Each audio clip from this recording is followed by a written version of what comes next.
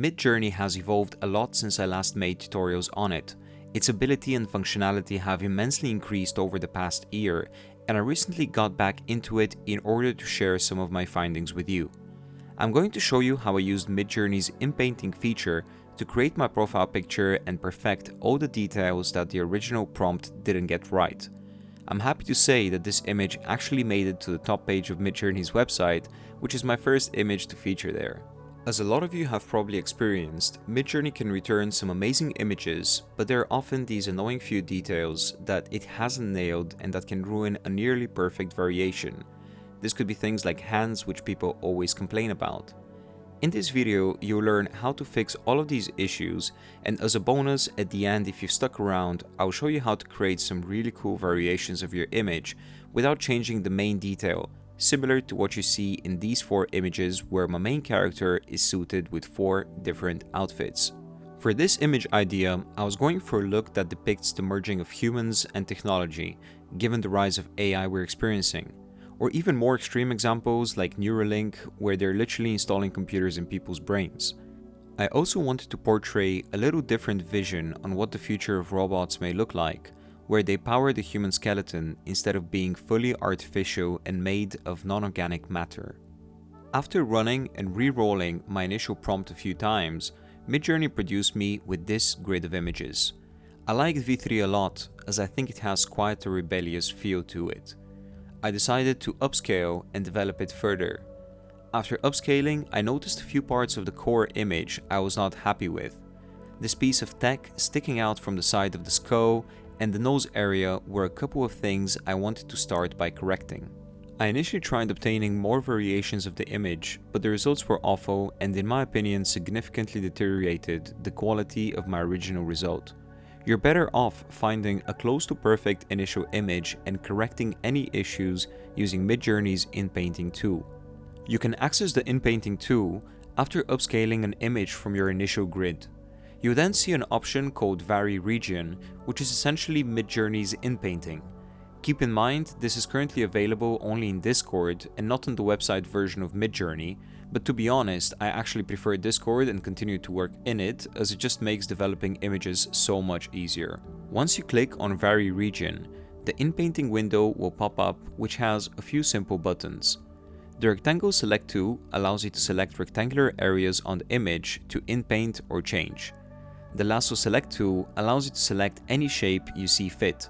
This is the select method I think you'll find yourself using the most often, as it's very flexible.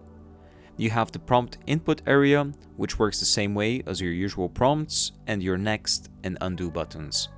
First, I'll use the Rectangle Select tool to highlight the area I want to modify. You just click and drag over the desired area. However, I need more precision beyond what the Rectangle Select allows, so I'll opt in for the Lasso Select tool instead. This gives me the flexibility to avoid altering parts I'm already happy with, such as the eye socket of the skull.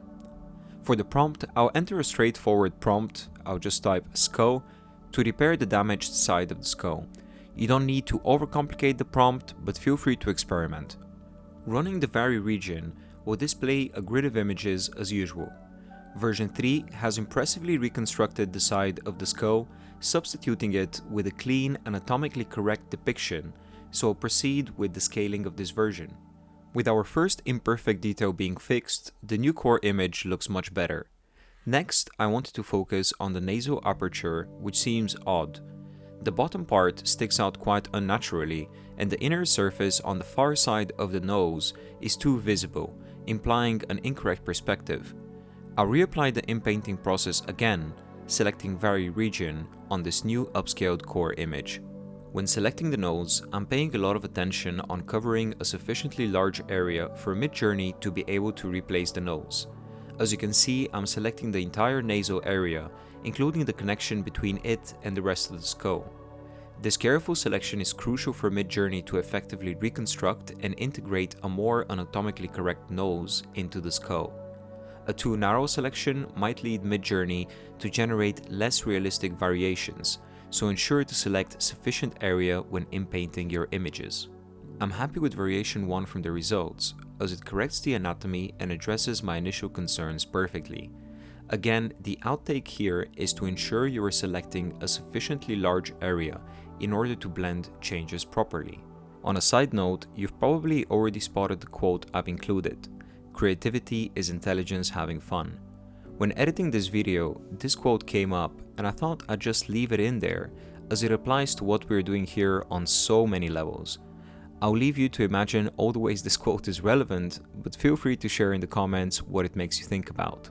Having fixed most of the details, I'll shift my focus to the composition as I feel the camera is too close to the character in this image.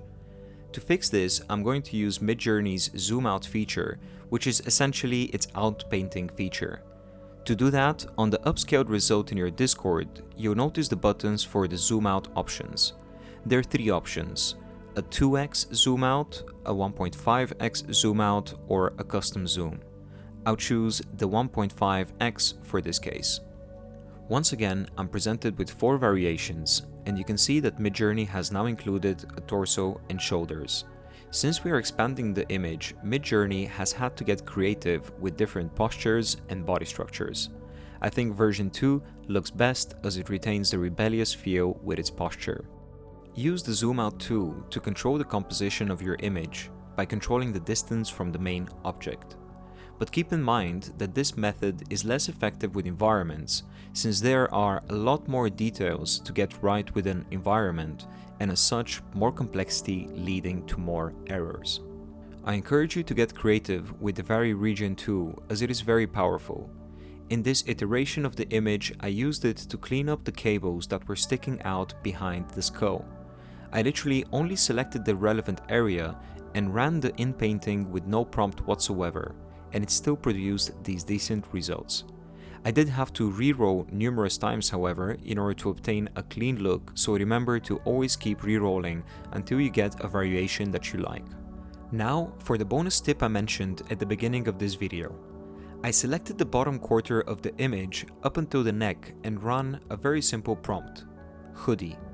However, as you can see from the output grid, there was only one image with a hoodie, and all 3 others were just changing the mechanical torso and shoulders of the character. When you struggle to enforce changes, I have always found it very powerful to incorporate commands like stylise and chaos at the end of the Vary prompt. These will allow MidJourney to take more creative freedom and produce you with more radical results.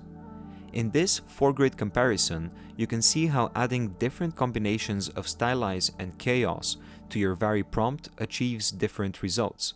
Top left, where I had neither commands included, we only got one variation with a hoodie. For comparison, when I started introducing the commands stylise and chaos, the changes became a lot more prominent.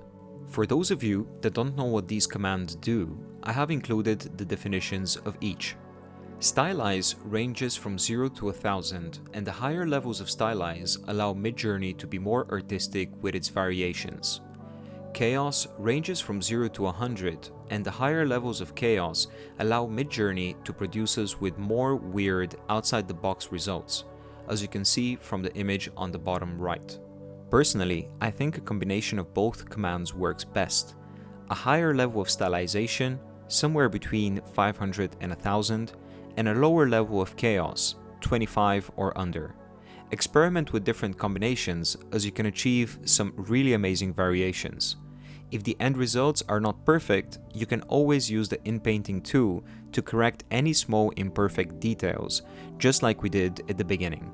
If there are any topics you would like me to cover, please leave a comment below, as I'm always on the lookout for good tutorial ideas. Consider subscribing if you haven't already, and I hope you found value in this video.